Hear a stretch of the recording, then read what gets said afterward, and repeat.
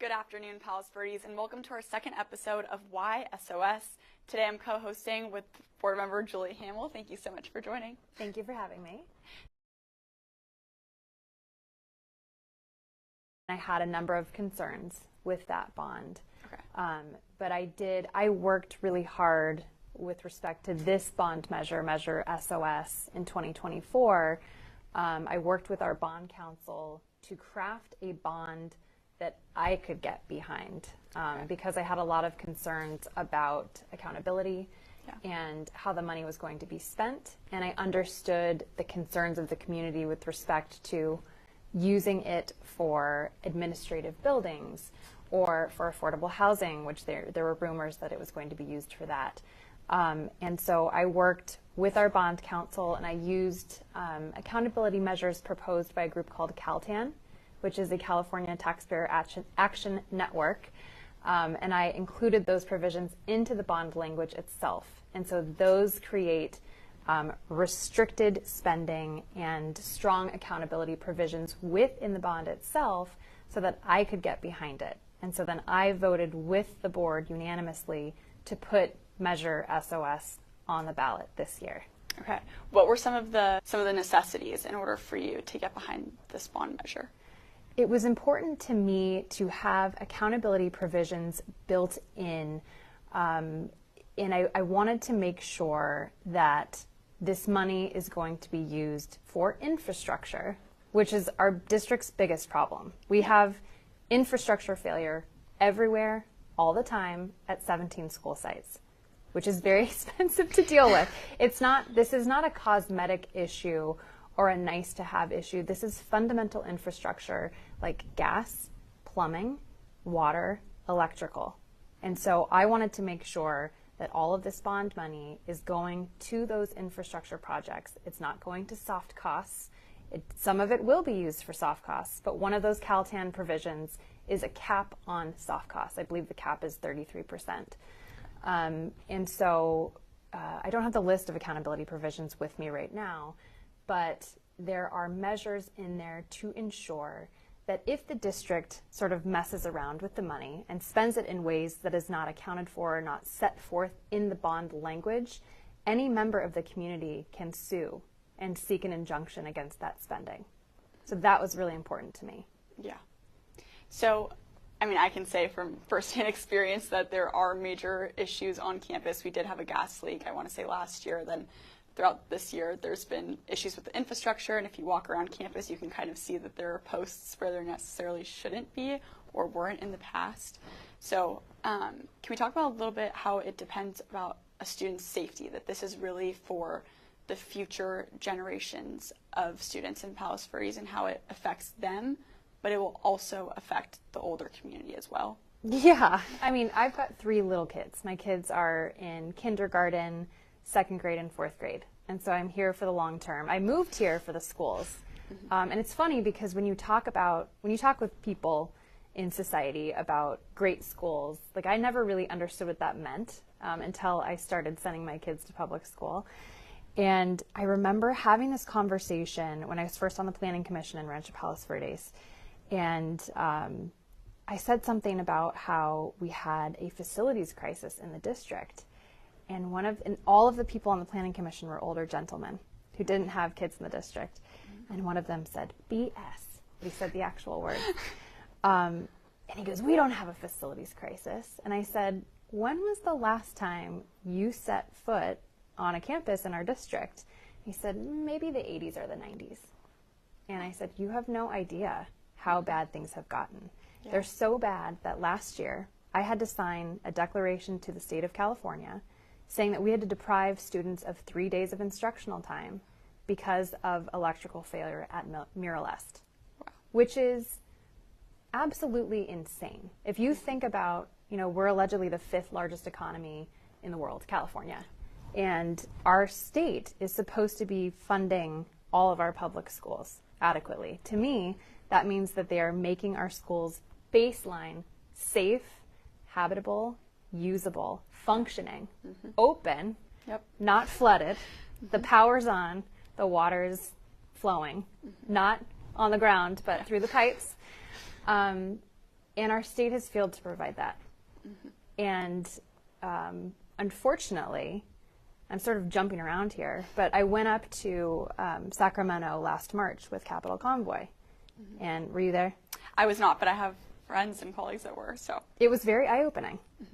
And we spoke to our elected representatives. We spoke to Ben Allen and Almarit Suchi, and we said, we do not have baseline funding available to our school to make our schools functional, just basically functional so that they can be open, so we can teach children.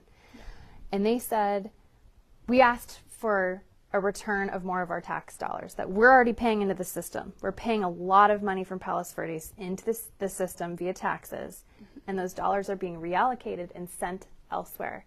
And we said, can we keep some more of those dollars that we're already paying just to bring our schools up to a baseline? We're not trying to build the Taj Mahal. We're not trying to build a castle. We're not trying to build some giant stadium. We're trying to build functional buildings so our kids can go to class and learn. Just basic needs. And they said, that's the state's money, and we're not going to bail out Palos Verdes. Your only option is to pass a bond. And when I was up there listening to these men tell me this, my head exploded. I mean, I could not believe that this is the response that we're getting from our state representatives. They don't care. And generally, the sense is in Sacramento, as the students learned last year, that Palos Verdes is considered to be a wealthy area. And so they say, you don't need money. You have all this money. But what people don't understand is that local wealth does not translate into dollars for facilities. That only happens if you can convince people to vote for a bond. And the demographics in our community make it very, very difficult to pass a bond. And we are, in Palos Verdes, this community is so overtaxed. We are paying a disproportionate amount of taxes into the system, and we receive a disproportionately small amount in return. Not enough to provide any sort of functioning systems. Yeah. I feel like I just went off on a tangent. No, but it was all great information. That was really helpful. Can we talk a little bit about LCFF, what it is, and how it directly impacts our community, because that does have a big impact on the schools? Yes. So I'll try to, it's going to be an oversimplification because it's a long story, and interrupt me if I'm going off for too long, because I could just go off. No, it's okay. More the better. So there was a case in, I believe it's the 70s. Well, let's go back. Okay. So when our schools were built, the public education system was funded via local property taxes, local taxes. Every community kept their local taxes. They built their schools with them. They paid their teachers' salaries with them. And places like Palos Verdes had nicer facilities, and they were able to pay teachers more, so they had better schools. And that was determined to be unfair. So there was a case called Serrano v. Priest, and in that case, people sued and said this is not a fair way of funding the schools, because schools in lower income communities cannot afford the kind of facilities you have, nor can we afford to pay teachers as much, and so we don't have as good of an education as you're providing in Palos Verdes. And so that case, the ultimate determination was, okay, the state needs to come up with a funding system where students are being funded at an equal amount within $100 per pupil. I believe that was, I haven't looked at the case for a while. That ultimately that was what came out of it. And then over the years, there are a variety of ways that this was implemented, but in 2013, our brilliant state came up with the local control funding formula, which really, really harmed Palos Verdes. So it set up a system wherein school districts that have high numbers of low-income students, homeless students, English learners, foster youth, the greater numbers of those types of students, the more money they were getting per pupil. And so this created a very inequitable funding system where Palos Verdes is on the lowest end. We're in the 12th percentile, so 88% of school districts in California receive more money than us. And litigation has shown, by the way, over the past 10 years, that extra money is not actually being used to service those populations. Wow. So anyway, so we have this system of funding, And I've spoken to Ted Lieu, our congressman, about this, and Ted Lieu said that he was in the state Senate when this was going forward, and he tried to fight for the South Bay against this unfair funding system and was unsuccessful. And so when I was telling him about our facilities needs, we were talking about the $12 million that he was able to secure in federal funding to go to Mirror Lest. And he said, you know, how great are your facilities needs? What do you need? Yeah. And I said hundreds of millions of dollars, because we have 17 school sites that have not been renovated since around 1960 something. Yeah. And he looked at me and he said, you have to sue the state. You have to sue the state. Interesting. Ben Allen said the same thing. But we're trying to pass a local bond to get local funding for facilities.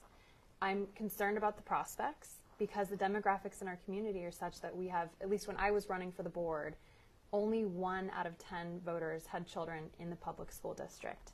Yeah. And so people tend to care the most about things that directly impact them.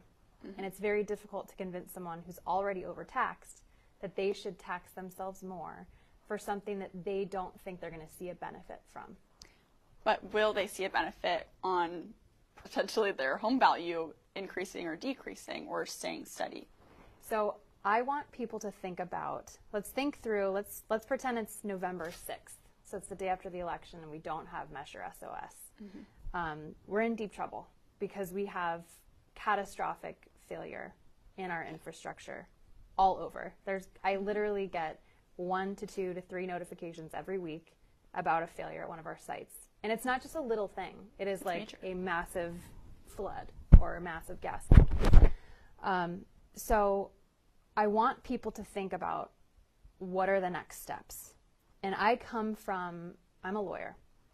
I used to represent Inglewood Unified School District, which is still a district that has a state-appointed trustee running the district. They've had a state-appointed trustee for about 10 years. The state is in complete control of that district. The board members are ceremonial. They don't have any authority. They don't have any voting power. They can vote, but it's just ceremonial. The state-appointed trustee controls the entire district. And it's been an absolute disaster, a complete disaster for them. So I want people to think about, if we end up in a position where we have to ask the state for a loan because we can't afford to pay for whatever it is that we need because there's some sort of catastrophic failure, we get a state-appointed trustee when that happens. And I don't want to fearmonger, but it's something that is going to impact everyone's property value. What is the difference between a home in San Pedro versus a home in Rancho Palos Verdes?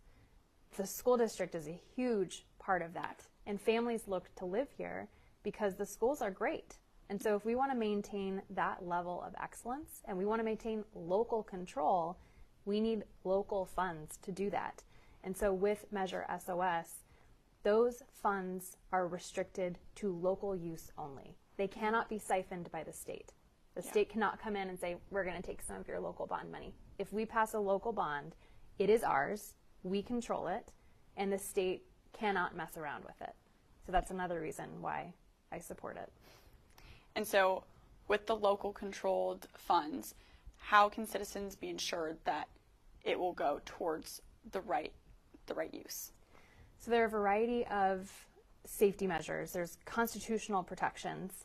There are statutory protections that enable people to file for an injunction if they believe that the bond funds are being misused. Then there is a local appointed oversight committee, and there are provisions in the bond that explain what that is. But there are multiple layers of control that are in the Constitution, that are in state statutes, and that are in the bond language itself. And anyone who's interested can oversee this process and be a part of it. They can come to the meetings, they can be a part of the oversight committee, and I think everyone should. I think what I really want to see happen is all of these people who are now really engaged in opposing the bond get involved in the district. Come to our meetings, help us implement fiscal responsibility measures. I've been trying to push it, but I need more support from the community. I need these people who are so strongly opposed to Measure SOS to help me. Let's help move the district in a better financial direction. We need more community involvement. We need sane, rational, fiscally conservative voices to help influence the direction of the district. And if this measure doesn't pass, I'm going to need help setting up a facilities endowment, which, by the way, is going to take a very long time to build up to the level that we need to meet our facilities needs. So if you start an endowment, you're not starting with $100 million or $200 million or $300 million. You're starting with a very, very small amount of money. I mean, our Peninsula Education Foundation is amazing, and they bring in around $2 million per year. Our facilities needs right now are in excess of $300 million. So it's going to take a really long time to build up private financing to the level that we need to fix our facilities. Is that the only option for the future of PV? There are a variety of options. And another thing that scares me is that the state has set up a system where affordable housing development is now a by right use on school district property. And what that means is that a developer can come in and they don't have to go through all of these restrictive land use processes and permitting procedures that other developers have to go through. The state has changed the laws so that essentially school district property is zoned for affordable housing. And so I look at it as kind of like a hostile takeover. Mm-hmm. Like the state has all these wants. They want Palos Verdes to build as much affordable housing as possible. They don't care about our quality of life. They don't care that we're in a very high fire severity zone. They don't care that we have a landslide. They don't care. They want to push their policies on our district. And if we don't have local funding to build up our facilities, they have control. It's like a hostile takeover. So they have so much leverage over the district. They can basically dictate what we do. And I'm very concerned about losing local control. So do you have any advice to give to the voters of Palos Verdes? Like if you might be on the fence or you're unsure of your position of Measure SOS, what should you do? Where should you look to get more information to ensure that you make an educated decision at the polls? There's a lot of information on the district's website. The bond is there. Read the full bond. I know a lot of people talk about it without reading the full bond. You can skip the whereases. You don't need to read that part. Those are just the recitals in the beginning, but there's a lot of meat in the bond, and I want you to get to the accountability provisions on A4 and A5, I believe are the page numbers. There's a master facilities plan on the website. If people have trouble finding it, you can contact me, Hamill, Hamillj, at pvpusd.net, and I can give links. But the master facilities plan gets into more detail about what specifically is needed at each site. Now, I've heard criticism that it doesn't give a cost estimate per issue per site. One of the reasons for that is, number one, we keep having catastrophic failure, and we can't predict where the next one is going to be and how much it's going to cost to fix it. Mm-hmm. But also, without digging underground or opening up the walls or opening up the ceilings, we don't know the extent of what is needed. So we can give a rough estimate, but we cannot give a specific cost estimate to repair something when we haven't opened up the ground to see exactly what's going on under there. Yeah. Okay, so they should just check out the local websites and the bond measure. Yes. Okay. Thank you so much for joining us. Thank you for doing this. Stay tuned for our next episode.